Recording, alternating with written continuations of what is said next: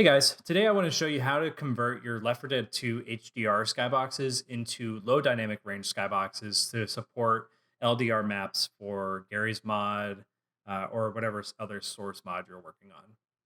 Now, the idea behind Valve and Left 4 Dead is they decided to drop support for low dynamic range clients, and that's why we don't necessarily have any LDR fallback skies. I've opened up the HDR back side on VTF Edit. You can see that there's a bunch of artifacts in here, and this isn't something that we really want to show players in our maps. So we got to convert it. In order to do that, we're going to go ahead and export each one of these. And then behind, I have a Blender file that we're going to use to help facilitate the conversion process to basically eliminate, or at the very least, reduce the amount of usage in Photoshop where you have to deal with layers and converting images and running through filters. Basically, Blender is going to take care of all the heavy lifting for us, and then we'll go into Photoshop to do a little bit of cleanup on the final output images. So in our folder here that contains our VTFs, I'm going to go ahead and create a HDR to process folder, and then I'm also going to go ahead and create a LDR output folder so we can kind of keep track of what we're working on and what still needs to be done. So with our VTF edit open, I'm going to go ahead and export each one of these into the HDR to process folder. And then you can just click and drag, bring it into VTF edit, and then Control E or file export is the way to export these to TGA. Okay. So we've gone ahead and exported each one of these. And one thing to kind of note is with this tool that I've created, we have two different outputs. And I'll go ahead and go over the setup for Blender really quick, and then we can jump into actually going through the conversion process. So in Blender, we want to head over to the shading tab. I think by default, this file should just have the shading tab available to you. If not, again, just head over to the shading tab and then we can get started. In the shading tab, we're going to find two windows. We're going to find a viewport up here at the top. This is basically going to be the preview window, if you will. This is going to be what you're going to see as the final output into the TGA file that we're going to create, the low dynamic range image. And then down below, we're going to have the kind of node section here. And this is where we're going to be basically doing the bulk of the work. Before jumping in that, we have up in the top right, we have our scene collection. This is basically where we're going to modify what's visible to the render at the end of the day.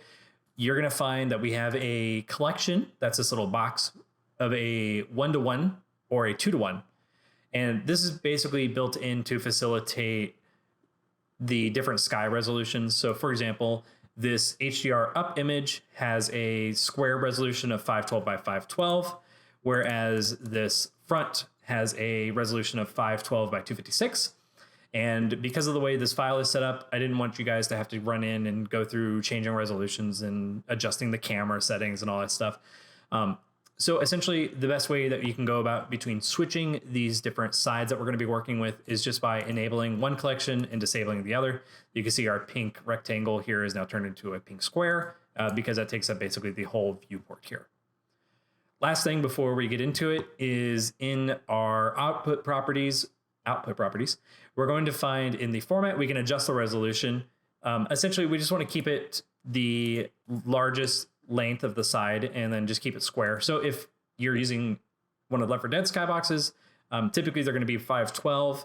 Some are 256, some are 128. It's really just whatever the longest side is that we want to keep this resolution at, just to keep everything the same. That said, you can also, if you wanted to, upscale it, but you're not going to get any additional pixel information. So I would just keep it the longest side here that you're working with. Okay, so let's go ahead and jump into it. In our collection for our 2:1 sky, we're going to go ahead and start working on our back, front, left, and right, and then we'll jump into the down and up images respectively. In the node section of the shading viewport, you're going to find a few nodes, one of them being our image texture. This is basically going to contain the TGA file that we're going to be loading from our HDR to process folder. You're going to find a node in here called HDR to LDR. This is the node that essentially converts our HDR image into an LDR format. And then we have our emission node here that's going to basically contain the exposure of the sky for a given slice. So essentially what we're doing is we're basically just going to be selecting what the low dynamic range people are going to be seeing. Let's go ahead and just jump in, and I think it'll make a whole lot more sense.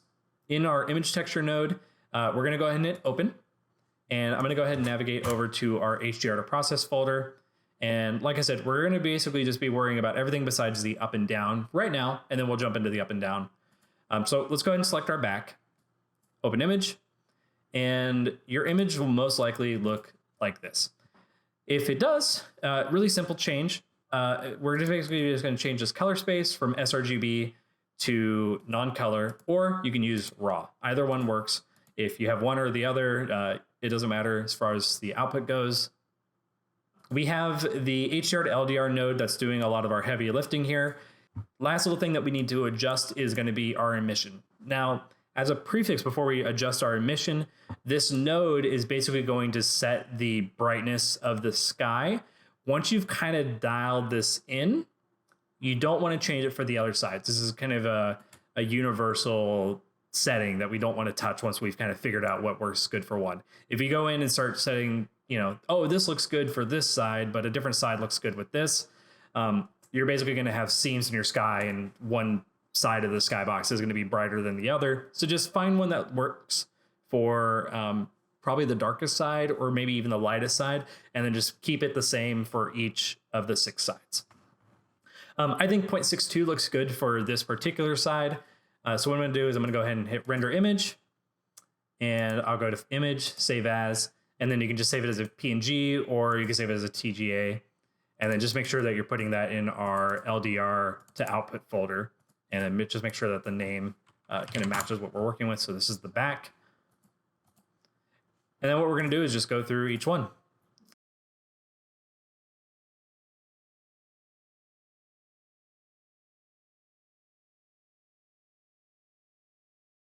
This is a good example. I just brought in this image, but it's all garbled. Again, we just want to make sure that we're setting this to raw.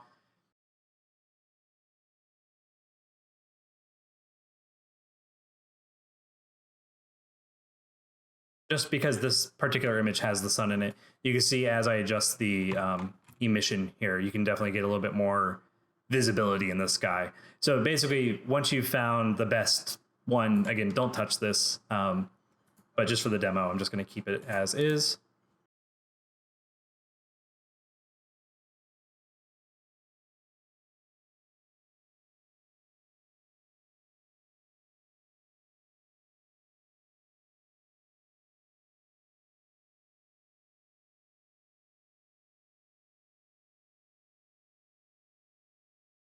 Now, in order to use the tool here to output the up and down directions, we need to convert, or rather change this collection being visible, this 2:1. We're going to disable it, and we're going to enable the 1:1. And then I'm just going to go ahead and click on this sky here. You can also see kind of why we have this different tool, this square 2:1. This skybox is 2:1. Whereas this output is a 1:1, so you can see that there's some stretching going on here. But if I jump over to our up direction, you can see again, if I toggle between these, how because this image is square, it's not being stretched now that we're in this 1:1. But if I switch over to this 2:1, it's squished. So just to keep the aspect ratio the same, we're just going to switch it over to the 2:1 and then just click on this guy in the window, and you'll bring up the tool here. Okay, so we have our up. Go ahead and save as. And we're going to make sure it's a TGA. And then we got the down. Now the down, in Valve's original version of this sky, and most of their skies, admittedly I do these on mine as well, the skybox is a 4x4. By default, using this tool, you're going to get an image that has a resolution of 512 by 512. We can go ahead and just adjust that resolution down to 4x4 just to keep everything the same. And then again, just make sure that we're in the raw color space down here as we go to render this. So we'll render image, save as. And then just to be safe, make sure that you change this back to a good resolution. Otherwise, you're going to be running into some issues if you decide to jump to the other sides while this is set to 4. From here, you can go ahead and save and close out your window. We're done with that. And we have our 6 LDR skyboxes. From here, we can open them up in Photoshop or Affinity Photo or GIMP, whatever your tool of choice is. I think I actually just opened up the up direction, so I'll go ahead and open up the right as well.